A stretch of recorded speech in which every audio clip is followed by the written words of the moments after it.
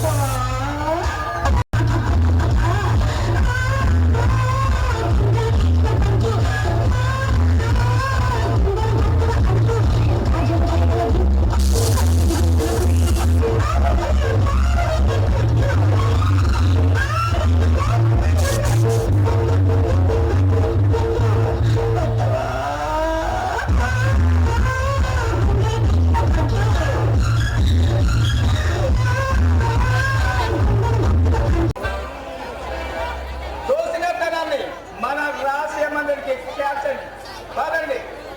Okay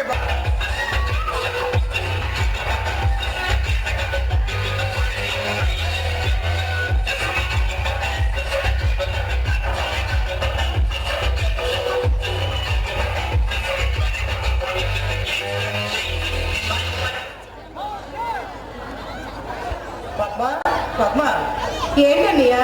ఏమిటి పద్మ ఈరోజు చాలా సమయంలో ఏంటి సంగతులు? ప్రత్యేకత ఏం లేదన్నయ్యా, ఏదో సరదాగా అలా పాడుకుంటున్నాను అంతే. అయితే అన్నయ్య చెప్పమ్మా. ఈరోజు త్వరగా ఇంటికి వస్తావా? ఎందుకో? ఏం లేదన్నయ్య, ఈరోజు సినిమాకి వెళ్దాం, త్వరగా వస్తావు కదూ? ఏమో చెప్పలేనమ్మా. పో అన్నయ్య, నువ్వెప్పుడు ఇంతే. చూడమ్మా పద్మ, నేను ఒక బాధ్యత పోలీసు ఉద్యోగిని. ఎప్పుడు వస్తానో ఎప్పుడు వెళ్తానో నాకే తెలియదు. అయినా ఈరోజు వైజాగ్ ఒక ఇంపార్టెంట్ విషయం అప్పు చెప్పారు. ఏంటది? సంవత్సరం తరబడి ఈ ప్రాంతాన్ని కొల్లగడుతూ ఈ పుచ్చుంపేట ప్రజల తన మన ప్రాణంతో చెలగటమాడుతూ ఈ ప్రశాంతమైన వాతావరణాన్ని భయంతో వణికిస్తున్న బందిపోటు దొంగ డాక్టర్ సంగ్రామ్ సింగ్, అతన్ని నిర్జీవంగా గాని సజీవంగా గాని పట్టుకొని ప్రభుత్వం కప్పు చెమ్మని ఐజీగా రాడారు. అమ్మో, మన గురుపు రాష్ట్రాన్ని పట్టుకోవడమే. పద్మ, భయపడికి ఏం చేయమంటావు అన్నయ్య? అన్నయ్య అర్జెంటుగా ఎవరైనా ట్రాన్స్ఫర్ చేయించుకో అన్నయ్య. ఎందుకో? ఎందుకంటే మన క్షేమం కోసమే. పద్మ, అవునన్నయ్య, సంగ్రామ్ సింగ్ పేరు వినడానికి చాలా భయంగా ఉంది. అయినా మన నలుగురు రాష్ట్రాలని ఎన్నో ఘోరాలు చేశారని రోజు పేపర్లు చదువుతూనే ఉన్నాం. పద్మ, అవునన్నయ్య. ఎన్ని పిరికమని చెప్తున్నావా పద్మ? కాదన్నయ్య, నిప్పని కాస్తే ఎవరైనా ముట్టుకుంటారా? తగ్గుతా మునిగిపోతాం తెలిసి ఎవరైనా ఈతలాడతారా చెప్పు? అలాగని నా ధర్మాలు కాదని బాధ్యత విస్మరించిన పద్మ విస్మరించలేను. అన్నయ్య, మన తరతరాలు తిన్నా తరగని ఆస్తి మనకి వదిలిపెట్టి వెళ్ళిపోయారు మా నాన్నగారు. అయినా మనకి ఇప్పుడు ఏం తక్కువైందని ఎందుకు ఉద్యోగం? చూడు పద్మ, ఉద్యోగం పురుష లక్ష్మి అన్నారు కొన్నారు. అయినా ఏ ప్రతిఫలం ఆశించి నేను ఉద్యోగం చేయట్లేదు పద్మ. దుష్ట శిక్ష రక్షణే నా ధ్యేయం. అయినా నేను చేస్తున్న ఈ ఉద్యోగం వల్ల ఈ పుచ్చుంపేట ప్రజానికానికి ఎంతో కొంతమందికి మేలు జరిగితే అది నాకు తృప్తి, నా మనసుకు సంతృప్తి. అన్నయ్య, ఎవరి మేలు కోసం రామతో కళ్యాణకి దొరికితే నష్టపోయేది మనమే. చూడు పద్మ, ఆ రాబందు లెక్క నిలిచి విజయం సాధిస్తాను, ధర్మాన్ని నెలకొల్పుతాను. ధర్మం? ఆ ధర్మం ఎప్పుడో మోగపోయింది అన్నయ్య. పద్మ, అన్నయ్య, తనూరు ప్రేమ తెలీదు, అనురాగం తెలీదు. నీ లేడని ఎంతో ఆనందంగా బ్రతుకుతున్నాను. నీకేదైనా అపజయం ఎదురైతే నాకు ఇంకెవరుందో చెప్పు. చెల్లి. అవునన్నయ్య, అపజయాలు చేయాలనేది దైవాన్ని నీయాలి. అనుకుంటున్నావా పద్మ? చాచా, నీ శక్తిని కాదు, ఎదుటివాడి శక్తిని అంచనా వేయొద్దని నీకు తెలియజేస్తున్నాను. నాకు అంతగా ప్రభుత్వం ఉంది. అన్నయ్య, 15 అడుగులు గల ఏనుగుని 4 అడుగులుగా సింహం జయించగలదు. నాకు అండగా ప్రభుత్వం ఇచ్చో 5 శక్తి ఉంది పద్మ. సంగ్రామ్ సింగ్ తన ఎదురుపడి శక్తి ఉందన్నయ్య. చూడు పద్మ, నా గురించి నువ్వు విచారించకు. నాకు వచ్చిన భయం అంటూ ఏమీ లేదు.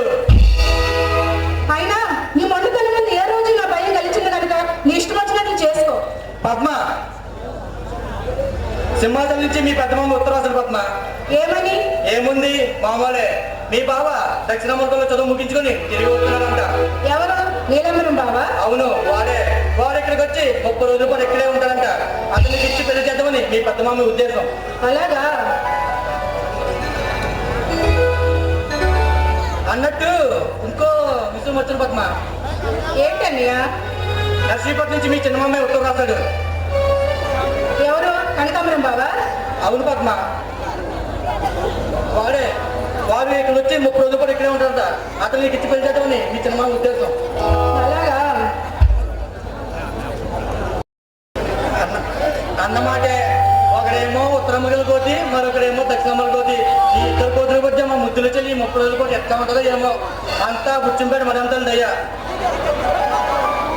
మామయ్య రాశాడు. ఇది భద్రాచలం నుంచి చిన్న మామయ్య రాశాడు. ఇది ఉత్తరం అమెరికా కోతి, ఇది దక్షిణ అమెరికా కోతి. ఇది కనకాంబరం, ఇది నీలాంబరం. మై గాడ్, నువ్వే నన్ను రక్షించాలి దేవుడా. నీలాంబరం కనకాంబరం, కనకాంబరం నీలాంబరం. అబ్బా,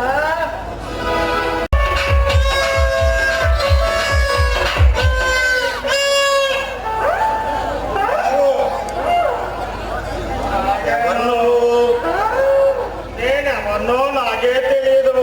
నువ్వెవరు? ఎందుకు వచ్చానో నాకే తెలీదు.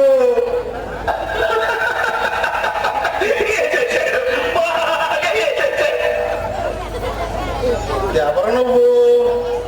ఈ ఇంటికే ఎందుకు వచ్చావు? నీ అయ్య కొడుకులో ఒక పడిపోయా. ఎందుకు వచ్చావు? నువ్వు ఎందుకు వచ్చావో నేను అందుకే వచ్చాను.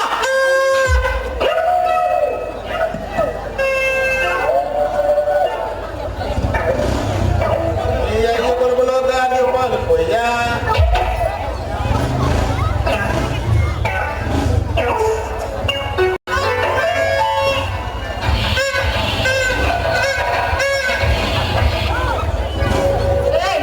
ఏమిటిది?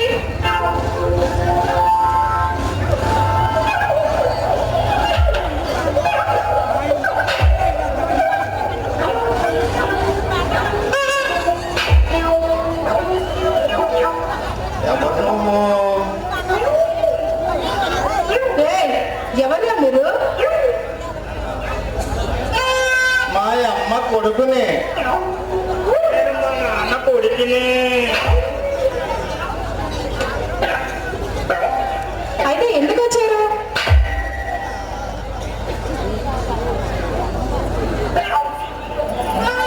నేనండి, మరండి మా నాన్నగారు ఒప్పుకునే కొడుకునండి.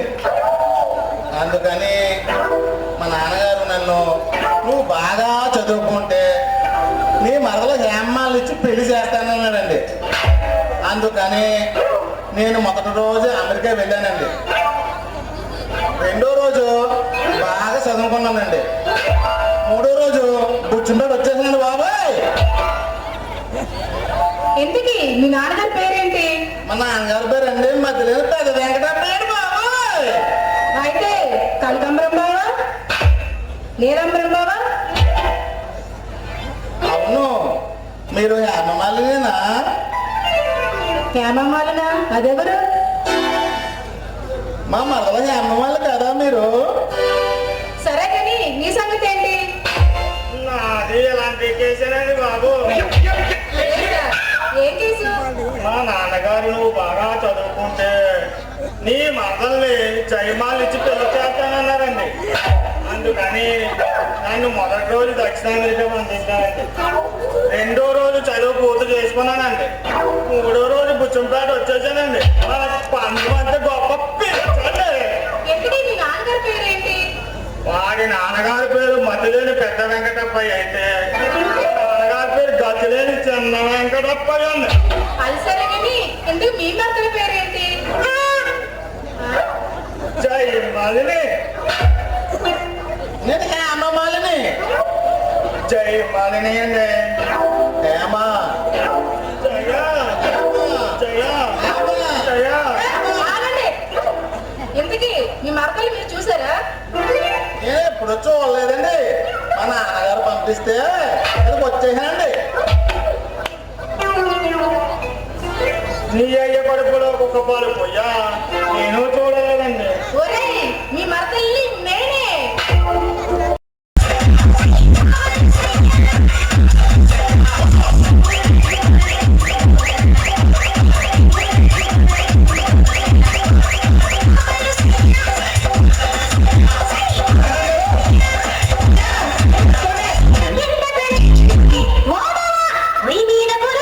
ఇంత అద్భుతమైన కార్యక్రమంలో ఆట పాట లేకపోతే చాలా బోర్గా